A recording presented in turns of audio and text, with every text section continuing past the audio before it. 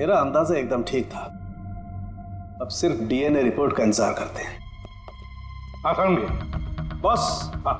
एक बात पक्की है कि ईशान खूनी नहीं है, क्योंकि क्राइम स्पॉट से ये जो चश्मे के लेंस के टूटे हुए टुकड़े मिले हैं, ये ईशान के चश्मे से मैच नहीं करते। एक तो ईशान के चश्मे का पावर 0 है, और दूसरा ये ईशान का जो चश्मा है इसके लेंसेज एकदम नॉर्मल है, जबकि ये लेंस फोटोक्रोमेटिक, मतलब रोशनी के साथ रंग बदलने वाला। अच्छा, वो जो खून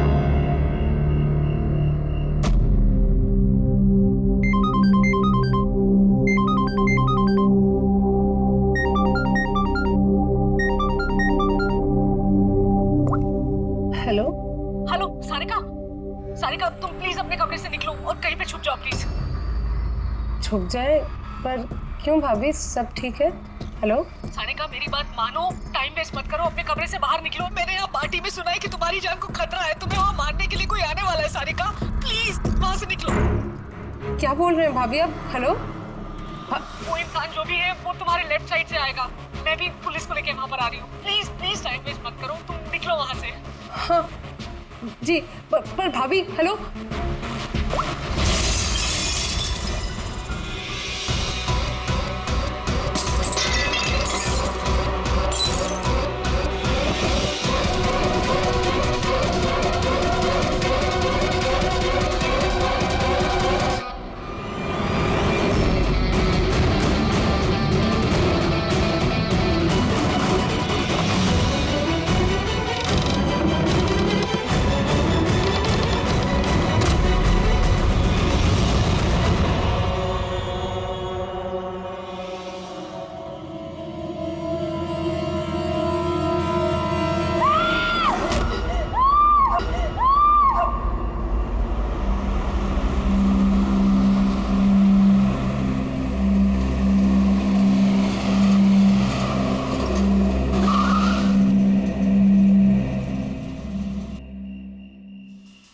एक तो बिना बताए गायब हो गई और अब फोन भी नहीं उठा रही। अरे यार, ऐसे कोई करता है क्या? कम से कम बता के तो जाना चाहिए था। शायद कोई प्रॉब्लम होगी इसलिए नहीं उठाया। तुम ना हमेशा का मौल, प्रॉब्लम हुई तो हमें ना एटलीस्ट एक बार बताना चाहिए था उसे। और नहीं तो क्या, बिल्कुल बच्चों जैसा रवैया है, कोई परवाह ही नहीं है। सी गाइस लिसन, पहले घर के अंदर चल के देखते हैं। भाई हो सकता है वो घर के अंदर हो। हैं? चलो चलो।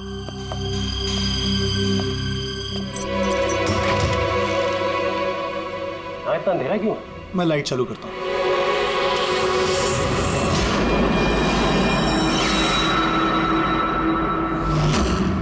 ठीक है। सारिका, मुझे पहले से लग रहा था उस लड़की की जान को खतरा है। मुझे इस बात को लाइटली नहीं लेना चाहिए था। उन लोगों पे भरोसा ही नहीं करना चाहिए था। क्या परेशान क्यों रहे हो? हो सकता है वो लड़की ठीक हो। तुम्हें मालूम नहीं अभिजीत, इस लड़की को एक ऐसी बीमारी है जिसकी वजह से हर वक्त उसकी जान खतरे में है। कोई कुछ भी कर सकता है उसके साथ और उसे पता भी नहीं चलेगा। पता नहीं चलेगा? सर वो कोमा में है? नहीं, कोमा नहीं, एक अजीब बीमारी है। मैंने भी इस बीमारी के बारे में पहले कभी नहीं सुना। सर, एक बीमार लड़की को उसके खानदान वाले मारना क्यों चाहते हैं? जितना मैं उन लोगों को पहचान सका हूँ, मुझे लगता है कि उन लोगों के इरादे कुछ सही नहीं है। सारिका से मैं अभी हाल ही में मिला। एक दिन मैं ऑफिस से जब घर जा रहा था,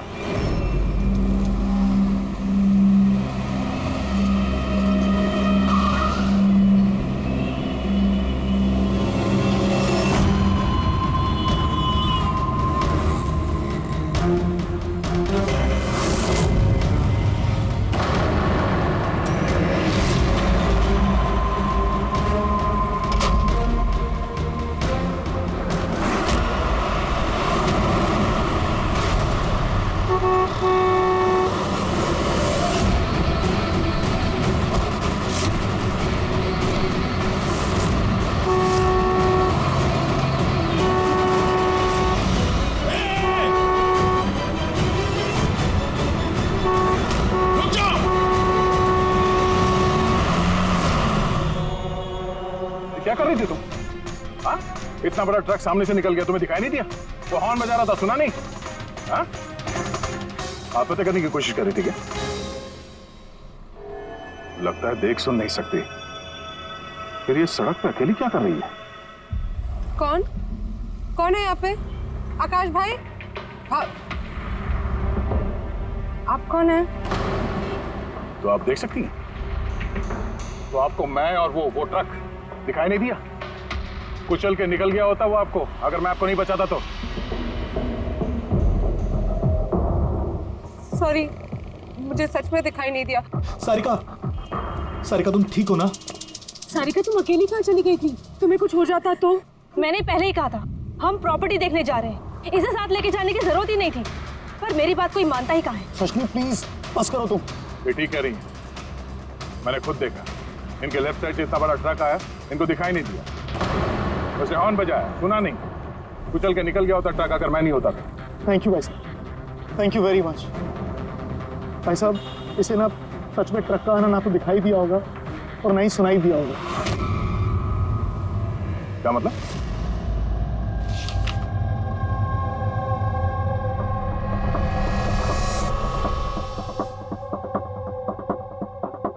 ये सब मतलब आपको सिर्फ चीजें और हर किसी का ये दाहिना हिस्सा नजर नहीं आता, सिर्फ बायां हिस्सा नजर आता है?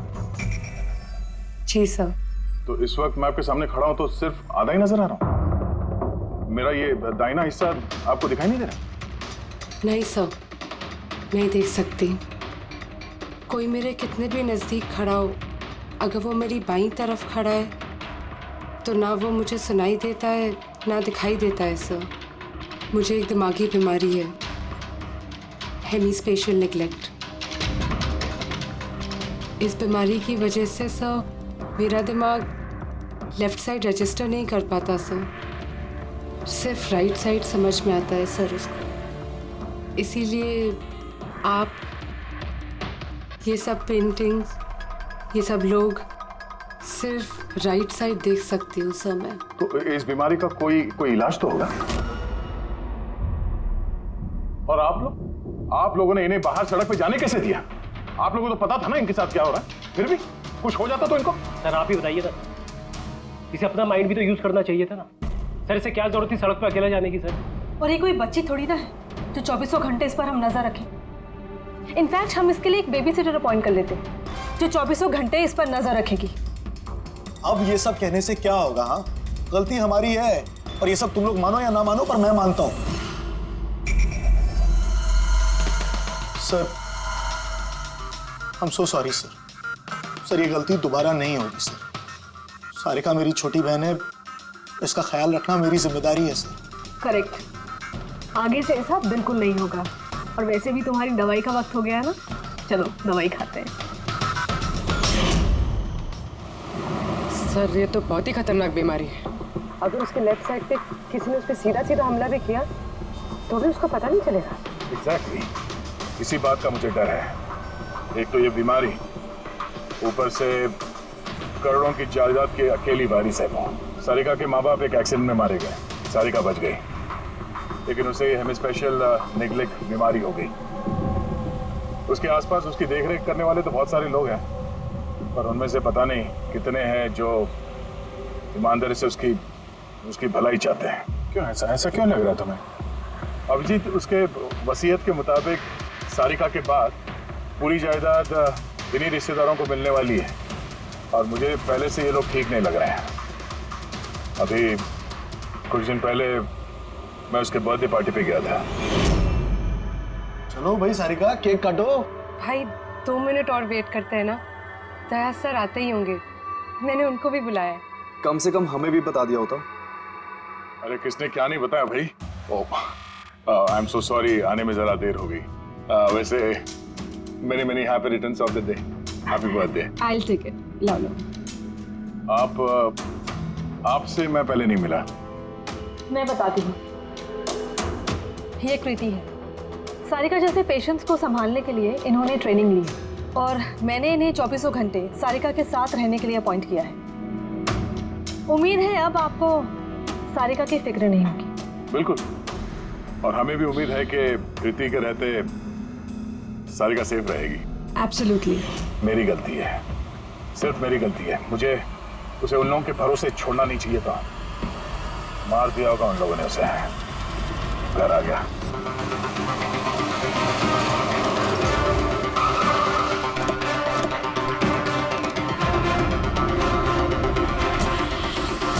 कहाँ है वो? हाँ? क्या किया तुम लोगों ने उसके साथ? सर हमें नहीं पता कि क्या हुआ सर, और हमने तो कुछ भी नहीं किया सर। एक मिनट, हुआ क्या है यहाँ पे? सर ड्राइंग रूम की हालत देख के हम इतना डर गए कि सर हम अंदर गए ही नहीं। पहले ये बताओ सारिका कहाँ है? सर हमें कुछ नहीं पता सर, हमने कुछ नहीं देखा सर। हम ये सब देख के इतना घबरा गए थे कि हमने सीधा आपको फोन कर दिया। ठीक है, हम देखते हैं। पंकज, इन सबके स्टेटमेंट रिकॉर्ड करो और किसी को अंदर मत आने देना।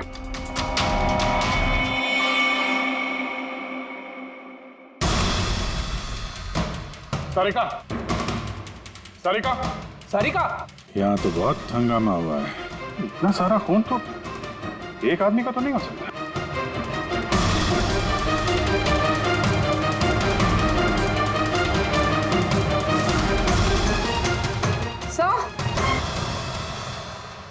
हाँ? सर ये देखिए,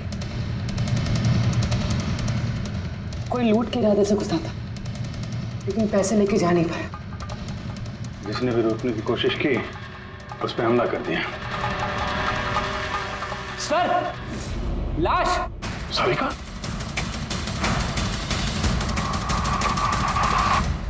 Oh no! हाँ? ये मनाली है तो? आगे से ऐसा बिल्कुल नहीं होगा, और वैसे भी तुम्हारी दवाई का वक्त हो गया है ना। सारिका की छोटी भाभी, जैन की वाइफ। सारिका कहाँ है?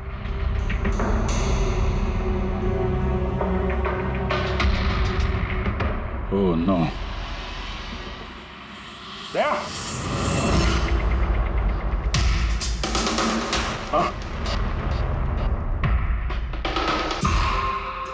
ये कृति है। सारिका जैसे पेशेंट्स को संभालने के लिए इन्होंने ट्रेनिंग ली। ये तो कृति है।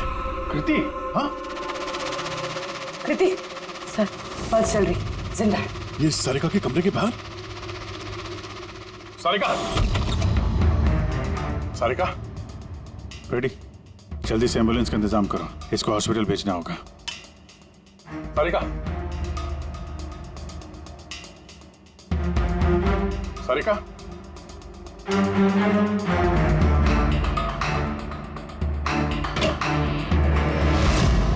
सारिका?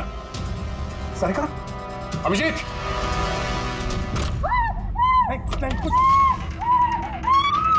कुछ क्या हुआ? हाँ? रिलैक्स रिलैक्स, हम लोग। सारिका? बारह पूर्वी, संभाल के। तुम ठीक हो? बैठो यहाँ बैठो। थैंक गॉड ये मिल गई। तुम ठीक हो? सबको मार दिया, सबको मार दिया सर। एक मिनट, किसने किया ये सब? कौन था वो? हाँ सर, क्या हुआ था? सबको मार दिया सर। कौन? मार दिया। किसने? हाँ, किसने मारा? दया, मार दिया उसने। आई थिंक इसको भी जल्दी से हॉस्पिटल पहुंचाना चाहिए। इसकी हालत ठीक नहीं है। वही ठीक है, लगता है सदमे में है। पूर्वी उठाओ इसे, उठो। यहाँ पर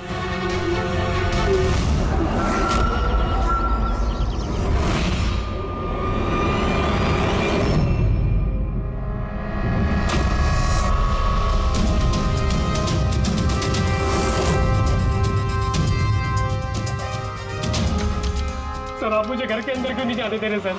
सर मेरी बीवी का खून हुआ है सर प्लीज मैं उसे देखना चाहता हूँ सर एक बार। मिस्टर जयंत, आपकी पत्नी की मौत का हमें बहुत दुख है, लेकिन हम आप लोगों को अंदर जाने नहीं दे सकते। 3 लोगों पे हमला हुआ है, एक की मौत हुई है, एक जख्मी है, एक सदमे में है, और आप लोग कह रहे हैं कि आप लोगों को कुछ नहीं पता। हाँ? सचमुच हमें कुछ नहीं पता है सर। इनफैक्ट हम सब यहाँ पे थे ही नहीं सर। हम सब न्यू बॉम्बे में थे सर, एक पार्टी में। कैसी पार्टी? सर एक फ्रेंड की रिसेप्शन पार्टी थी। तो आप सब वहां गए थे तो मनाली वो घर में क्यों थी? सर मनाली भी हमारे साथ ही थी। घर पर सिर्फ सारिका और कृति थे, क्योंकि सर सारिका की तबीयत खराब थी। लेकिन सर बीच पार्टी में से मनाली अचानक गायब कैसे हो गई, हमें भी कोई आइडिया नहीं है सर। सर हाँ पूर्वी। सर ये देखिए, इनके नाखूनों में और इनकी बॉडी पे काफी सारे बाल के टुकड़े मिले। सर ये कांच के टुकड़े देखिए सर, काफी मोटे हैं। ऐसा लग रहा है कि किसी के चश्मे का है।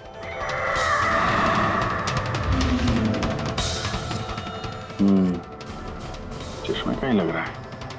रख लो संभाल के। ये घसीटने के निशान के साथ खून की बूंदें।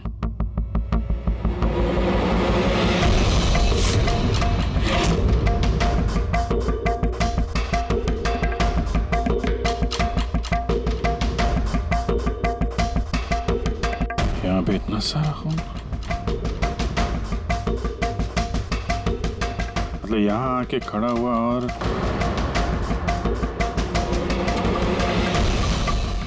बाइक का निशान।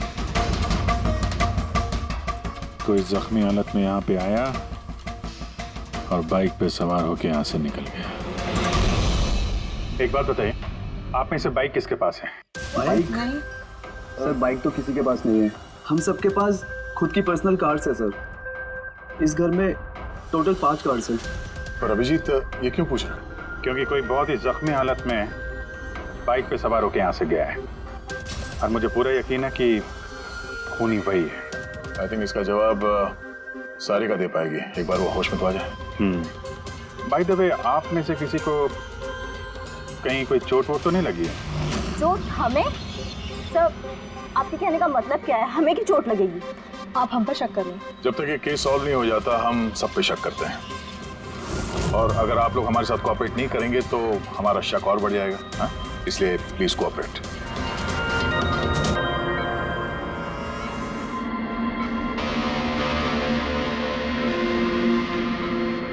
सारिका,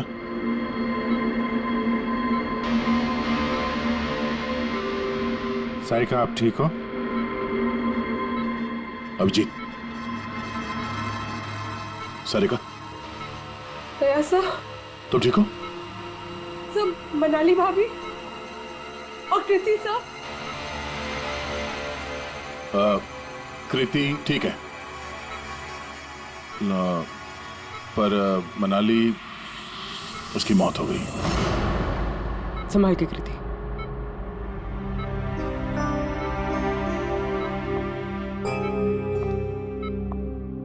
कृति, कृति, तुम ठीक हो ना? I'm so glad you're okay. Thank God तुम ठीक हो।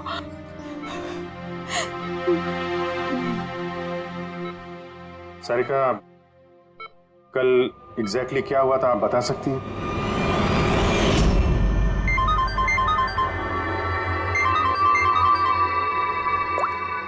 हेलो,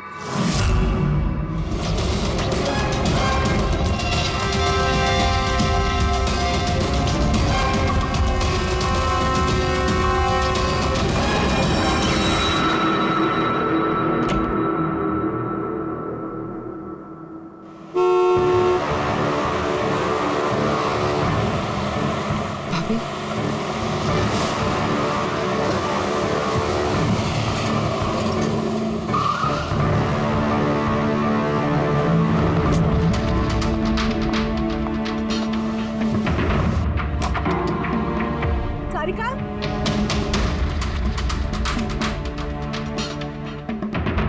सारिका? सारिका कहाँ हो? भाभी, सारिका? सारिका?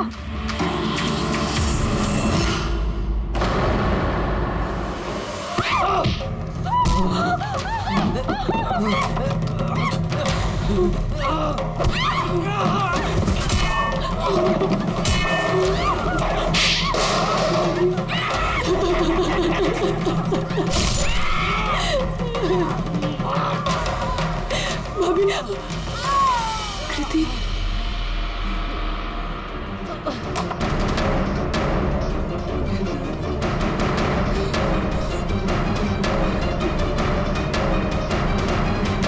कृति, कृति, कृति। तो तुमने इनका दरवाजा खटखटाया, तो कृति आपने क्या देखा? आप पे हमला कैसे हुआ? सारिका के जोर जोर से चिल्लाने की आवाजें आई। मैं तुरंत कमरे से बाहर गई। सारिका? ये सब कैसे? कृति, कृति, सारिका तुम ठीक तो हो? कृति, मैं कमरे में हूँ कृति, कमरे में। Okay okay okay Sarika you don't worry, I am coming. Kriti संभल के, वो खूनी अभी घर में ही है। खूनी? सारिका, तुमने उसको देखा जिसने कृति पे हमला किया था? जी सर, मैंने देखा था। सारिका, सारिका, कृति, कृति, सारिका, उस वक्त वहां पे जो कुछ भी तुमने देखा उसे तुम एक पेपर पे ड्रॉ कर सकती हो? जी सर। जब मैंने उसे मनाली भाभी के पीछे देखा सर, तो घर में बहुत अंधेरा था। मुझे सिर्फ उसके चेहरे की एक झलक दिखाई दी। जब मैंने उसे फिर से देखा तो मुझे सिर्फ हाथ दिखाई दिया। कृति मेरी तरफ आ रही थी और उसके पीछे से एक हाथ आया। उस हाथ ने उस पर हमला किया। उसने रेनकोट पहना हुआ था और ग्लव्स और एक बड़ी सी चमकीली सी घड़ी। ये बिल्कुल वैसा हूबहू है जैसा मुझे दिखाई दिया।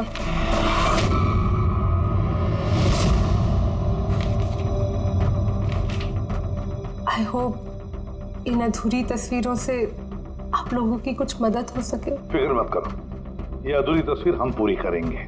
रेडी? मनोहर के पास स्केचेस लेकर जाओ और उसे कहो कि ये स्केच पूरा करें। Sarika, thank you so much. आप जा सकती हैं, थक गई होंगी। चलो सारिका।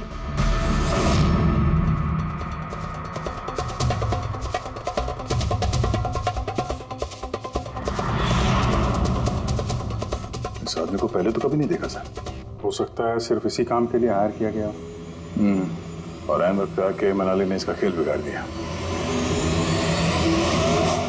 ध्यान से देखो इस स्केच को।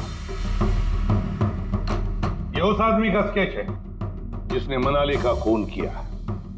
क्या आपने इसे कभी देखा है? मुझे समझ नहीं आ रहा कि हम पे शक क्यों किया जा रहा है।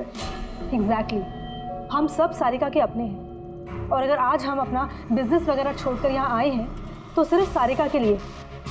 और आपको लगता है कि हम उसे मारना चाहते हैं? सर, जिसकी जान गई वो मेरी बीवी थी सर, और सारिका मेरी बहन की तरह। सर मैं बहुत छोटा सा था जब मेरे मॉम डैड गुजर गए थे। मुझे सारिका के मॉम डैड ने ही पाल पोस कर बड़ा किया है सर। मैं आज जो कुछ भी हूँ सिर्फ उन दोनों की वजह से हूँ। और सर मैं सारिका को अपनी जान से भी ज्यादा प्यार करता हूँ। एग्जैक्टली, एक तो हमने उसके लिए नर्स भी रखी और आप सब लोग हम ही पे शक कर रहे हैं। हाँ, शक कर रहे हैं तुम सब पे। मैंने अपनी आंखों से देखा कितना लगाव है आप लोगों को उससे। आप सब लोग अच्छी तरह से जानते हैं अगर उस बेचारे को कुछ हुआ तो उसकी अरबों की जायदाद तुम सब लोगों के हिस्से बटेगी।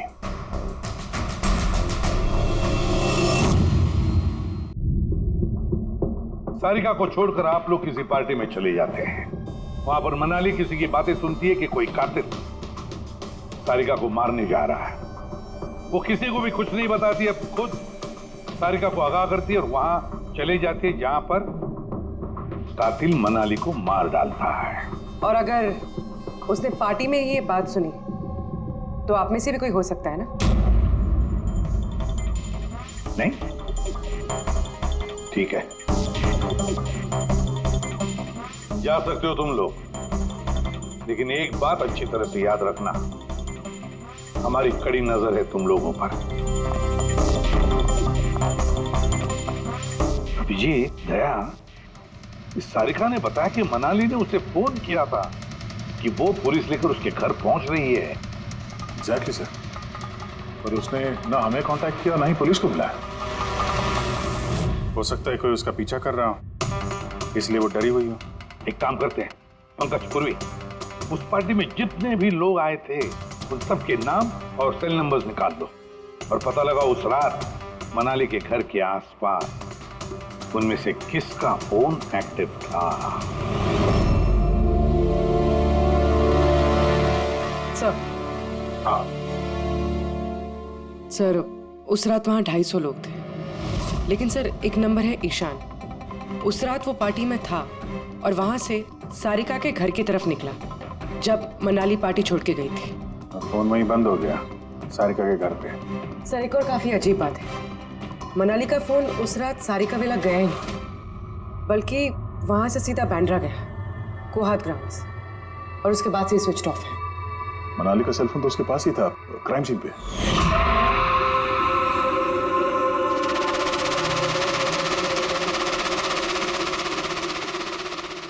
Switch off? कहीं ऐसा तो नहीं कि जो फोन हमें मिला वो ईशान का ही हो, गलती से गिर गया वहां पे? मतलब ईशान उस रात सारिका विला आया था। बुलाओ इस ईशान को ब्यूरो में। सर आखिर मैंने किया क्या है, मुझे यहाँ क्यों बुलाया है? ईशान जरा अपना चश्मा उतारेंगे? चश्मा? सर ये तो विदाउट नंबर का चश्मा है, इसे मैं रेगुलर नहीं पहनता हूँ। डॉक्टर सालुंके के पास ले जाओ इसे। सर आखिर मुझे बताइए मैंने किया क्या है? हमने आपको यहाँ मनाली के मर्डर के सिलसिले में बुलाया है। क्राइम सीन पे हमें चश्मे का टूटा हुआ कांच मिला, आपके चश्मे को उस कांच से मैच करके देखेंगे। लेकिन सर मैं तो उस जगह पर गया ही नहीं था। अगर तुम वहां गए नहीं तो फिर तुम्हारा फोन सारिका विला में क्या कर रहा था? और मनाली का फोन तुम्हारे घर में बांद्रा में कोहात में कैसे? वो सर पार्टी में हमारे फोन एक्सचेंज हो गए थे क्योंकि हमारे फोन एक जैसे थे। क्या बात है मनाली जी, आप कुछ परेशान लग रही हो? परेशान मैं नहीं तो वो एक्चुअली मैं जयंत और आकाश भैया को ढूंढ रही थी। आपने उन्हें कहीं देखा क्या? हाँ वो दोनों अंदर ही होंगे। अब हाँ वो क्या है ना, वो ये सब डिस्को लाइट्स और इतने शोर शराबे में मुझे कुछ समझ में नहीं आ रहा है। आप प्लीज उन्हें ढूंढने में मेरी हेल्प कर देंगे? मैं उनको अंदर से आपके पास भेजता हूँ।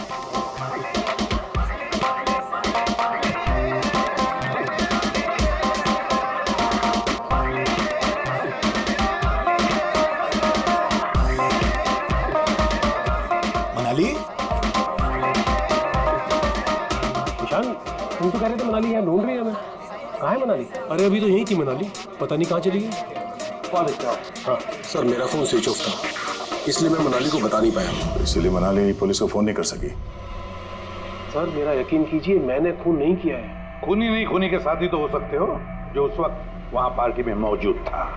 तूने पार्टी में मनाली की सारी बातें सुन ली और जैसे मनाली सारिका के घर गई तुमने मनाली का पीछा किया। किसी भी जरिए तूने मनाली का फोन बांद्रा में कोहात में भेज दिया और वहां पर मिले चश्मे के कांच के टुकड़े हमें शक है वो तुम्हारे हैं, तुम्हारे चश्मे के। वो रिपोर्ट तो हमें मिल ही जाएगा हमारे फोरेंसिक लैब से। ईशान सिर्फ ईशान के पास कोई वजह नहीं है, बाकी सभी लोगों के पास कोई ना कोई वजह है सारिका को मारने की। दिया और अभय, इन दोनों को तो पैसों की सख्त जरूरत थी, तो हो सकता है इन दोनों ने किया हो। लेकिन और तो और इन सब के पास एलिबाई है कि वो रिसेप्शन के पार्टी में थे। सर ये सब उस रिसेप्शन पार्टी में मौजूद थे, लेकिन किसी एक ने खूनी को फोन पे सारिका विला जाने के लिए कहा लेफ्ट से, ताकि सारिका को कुछ पता न चले। फिर सारिका को मारे, कृति को मारे और इस सब को लूट की शक्ल देख के वहां से निकल जाए। लेकिन ये सब मनाली ने सुना और वो सारिका को बचाने के लिए वहां बंगलों में आई, लेकिन अपनी जान गंवा बैठी। लेकिन मरने से पहले उसने खूनी को घायल कर दिया। खूनी जाते जाते कृति पे हमला करता है, लूट का माल और सारिका को वहीं छोड़ के बाइक पे सवार होकर वहां से निकल जाता है।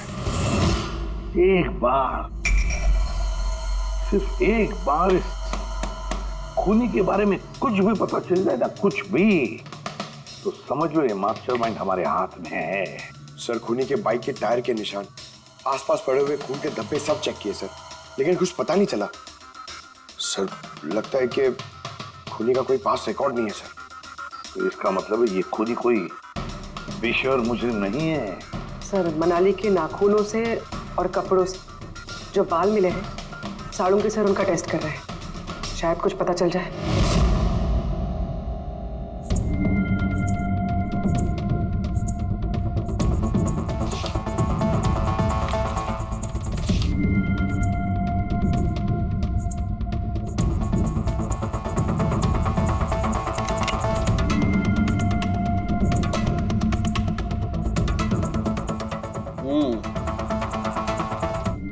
मेरा अंदाजा एकदम ठीक था। अब सिर्फ डीएनए रिपोर्ट का इंतजार करते हैं। आसान बॉस, एक बात पक्की है कि ईशान खूनी नहीं है, क्योंकि क्राइम स्पॉट से ये जो चश्मे के लेंस के टूटे हुए टुकड़े मिले हैं, ये ईशान के चश्मे से मैच नहीं करते। एक तो ईशान के चश्मे का पावर 0 है, और दूसरा ये ईशान का जो चश्मा है इसके लेंसेज एकदम नॉर्मल है, जबकि ये लेंस फोटोक्रोमेटिक, मतलब रोशनी के साथ रंग बदलने वाला। अच्छा, वो जो खून मिला था बाइक के टायर मार्क्स के पास, वो खूनी का है? हाँ, वो खून खूनी का ही है, जिसकी उम्र 25 से 30 साल के बीच की है। और मनाली के नाखून में जो बाल मिला था वो तो खूनी का ही है। हाँ दे बस, हाथापाई के दौरान बाल जड़ से उखड़ जाते हैं, जबकि ये जो बाल हैं ये उखड़े नहीं है, ये काटे गए। और ये देखिए स्क्रीन पे जितने भी बाल हैं सब अलग अलग तरीके के। कोई बाल सीधे हैं, कोई घुंघराले हैं, और इनके कलर्स देखो, हर बाल का कलर अलग अलग है। कोई काला है, कोई ब्राउन है, कोई डार्क ब्राउन है, और कोई गोल्डन भी है। ये बाल किसी एक आदमी के हो ही नहीं सकते। अलग अलग लोगों के बाल? हाँ देख, इन बालों में हमें अलग अलग किस्म के केमिकल्स भी मिले, जैसे कि केराटिन, सिस्टाइन और भी बहुत कुछ। मुझे नहीं लगता है कि ये बाल किसी एक ही आदमी के सर के बाल। Hello? Oh good, very good, thank you very much, good news, bye. DNA test की रिपोर्ट ये भी इस बात को कंफर्म करती है कि ये जो बाल हैं ये किसी एक इंसान के बाल नहीं है। जिस आदमी के कपड़ों पर इस तरह के बाल होते हैं, अलग अलग लोगों के कटे हुए बाल, वो आदमी किसी बड़े सलून में काम करता है, हेयर स्टाइलिस्ट का।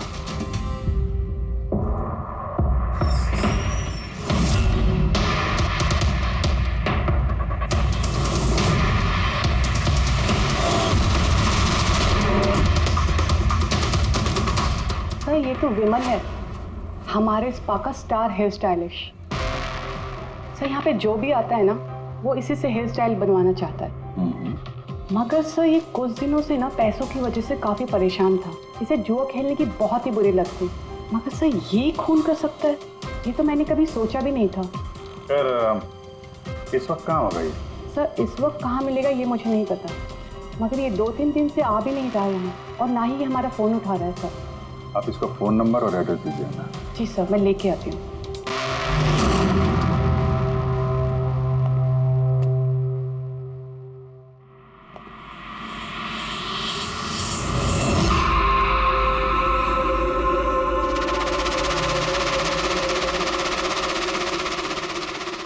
ओह नो, ये तो गया। जहर खाया इसने। ये आँख की चोट और ये कंधे पे भी नाखून का निशान है, तो वही जिसने मनाली का खून किया है। देखो कुछ मिलता है क्या?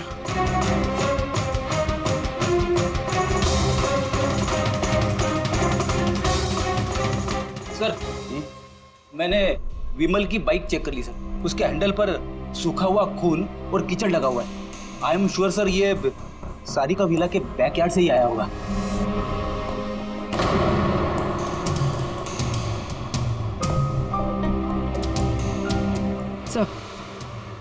सर ये टूटा हुआ चश्मा और ये रेनकोट मिला है। रेनकोट पे खून लगा हुआ है।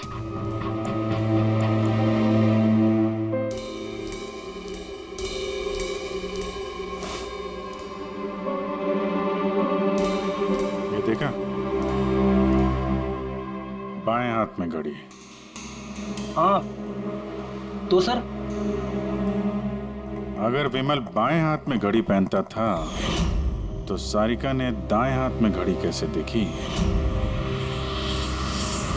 साथ पार्टी में मनाली ने किसी को सारिका के खून करने का प्लान बनाते हुए सुन लिया, तो मनाली ने ईशान से मदद मांगी।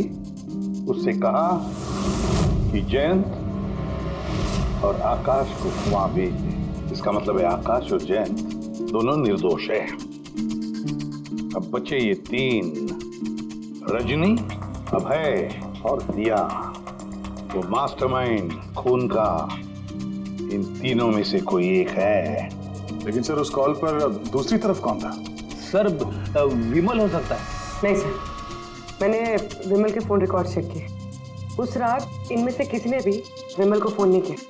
तो फिर कौन हो सकता है दूसरी तरफ?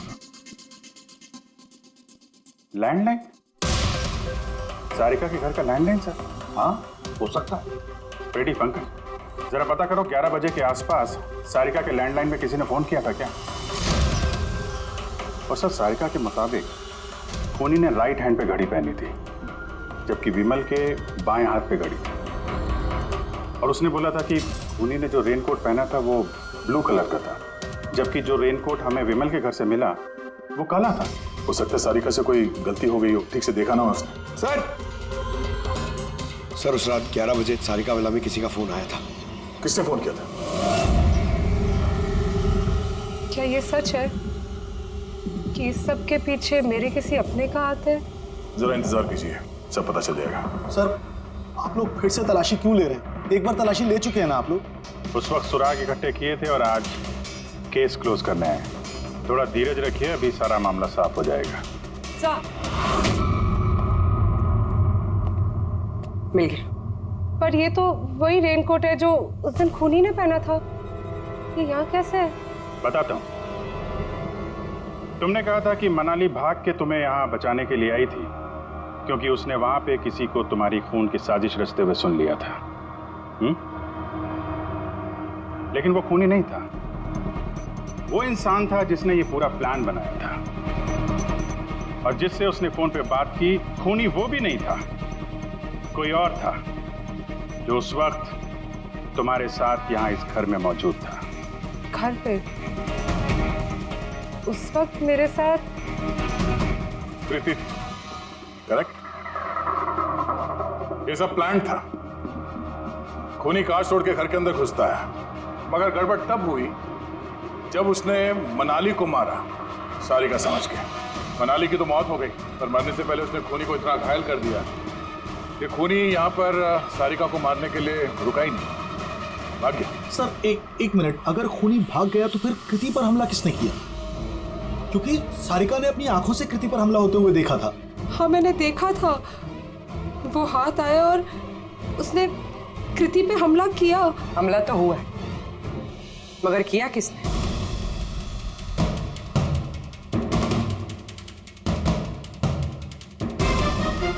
आप सब लोग मुझे इस तरह क्यों देख रहे हैं?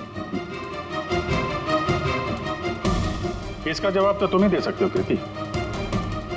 सारिका रात 10:30 बजे सो चुकी थी और मनाली ने किसी को फोन पे बात करते सुना रात 11:10 पे, और वो फोन यहाँ इस घर की लैंडलाइन पे आया था। किसने रिसीव किया था वो कॉल?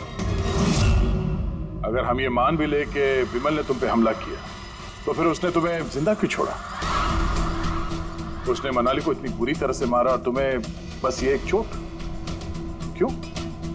उसने सारिका को क्यों नहीं मारा, और वो लूटे हुए पैसे को छोड़ के भागा क्यों? और सबसे बड़ा सवाल, सारिका ने खूनी को ये ब्लू कलर का जैकेट पहने हुए कैसे देखा? कैसे देखा वो घड़ी जो विमल लेफ्ट हैंड पे पहनता था, राइट हैंड पे नहीं? विमल के रेनकोट का कलर ब्लैक था, ब्लैक।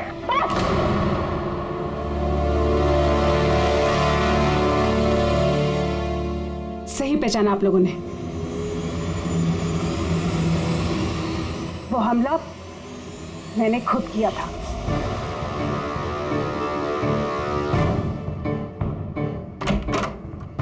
सारिका, सारिका कहाँ हो? मनाली यहाँ इस वक्त? सारिका,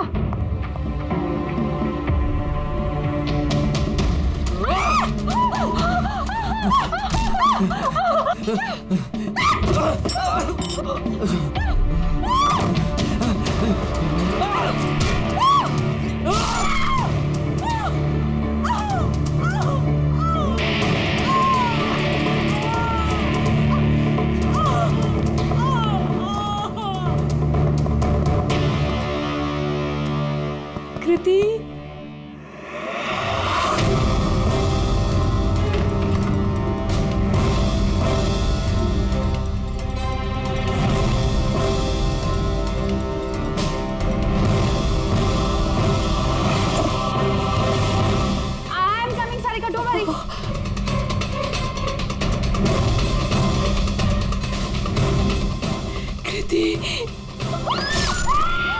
क्योंकि मैं नहीं चाहती थी कि किसी को मुझ पे शक हो। अब जब तुमने इतना सब कुछ बता दिया तो उस मास्टरमाइंड का नाम भी बता दो। हाँ? अगर तुम कहो तो उसका नाम मैं बता दूं, जिसने मनाली की जान ली और सारिका की जान ले सकता था। क्यों रजनी जी, आपको पता है हम किसकी बात कर रहे हैं? रजनी तो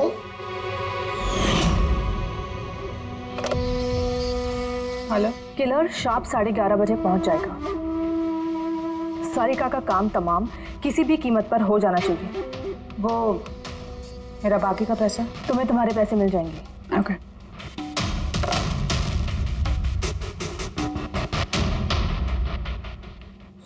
रजनी, तो तुम्हारी वजह से मैंने अपनी बीवी को। मुझे पैसों की जरूरत थी।